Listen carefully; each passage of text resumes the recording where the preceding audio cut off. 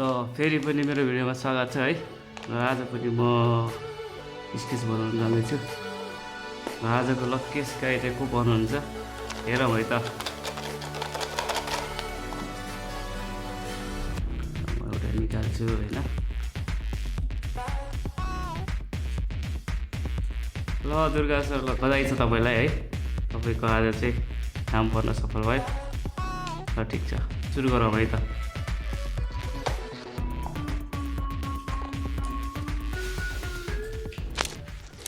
अक्सर सम्बन्ध राम्रो हुनलाई मन अनि स्वभाव मिल्नु पर्दछ। जबरजस्ती बनाउँछु भनेर बनाउन सकिँदैन। हामी चाहिँ मन र स्वभाव मिलेर नै असल साथी बन्न सफल भएका हौँ। छोटकरीमा भन्नुपर्दा सहयोगी, मिलनसार अनि व्यावहारिक हुनुहुन्छ उहाँ। हाम्रो चाहिँ जिल्ला एउटै अनि पालिका चाहिँ फरक। म हाम्रो कथा यहाँबाट सुरु गर्न चाहन्छु। हाम्रो भेट चाहिँ विदेशमा भएको हो र अहिले म विदेशीको पनि 3 वर्ष भइसक्यो। हामी सँगै काम गर्छौँ र केही समय भयो हाम्रो बसाइ पनि एउटै रुममा छ। सुरुमा म जब विदेश आएँ मेरो लागि सबै कुरा नौलो थियो। साथीभाइ नौलो, ठाउँ नौलो, लगभग सबै कुरा नौलो। उहाँ चाहिँ मभन्दा पुरानो अनि अनुभवी मान्छे। हाम्रो भेट विदेशमा आएपछि काम गर्ने ठाउँमै भएको थियो। हाम्रो स्वभाव पनि उस्तै उस्तै लाग्यो मलाई। म सुरुमा कसैसँग डाइरेक्ट नजिक हुन सक्दिनँ। उहाँ पनि सिरियस प्रकारको स्वभावको हुनुहुन्थ्यो।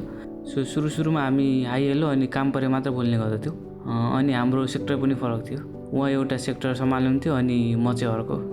2-3 महिनापछि केही कारणवश हाम्रो डिपार्ट कोल्याप्स भयो र हामी चाहिँ अर्को डिपार्टको अन्डरमा काम गर्ने भयो। त्यहाँ गएपछि चाहिँ हामी एउटै ठाउँमा काम गर्ने भयो। सँगै काम गर्ने भएपछि हामी एकअर्कालाई राम्रोसँग बुझ्ने मौका पायौँ र आत्मीयता बढ्दै गयो र आजको दिनसम्म आउँदा एकदमै नजिक छौँ। काम गर्ने सिलसिलामा पनि एकदमै सहयोग हुनुहुन्छ र समग्रमा भन्नुपर्दा मेरो लागि बेस्ट पर्सन हुनुहुन्छ। यति मिठो सम्बन्ध अनि सहयोगी मनको लागि मेरो तर्फबाट तपाईँलाई सानो स्केच गिफ्ट है त। ल आजलाई चाहिँ यति नै। फेरि अर्को भिडियोमा भेटौँला।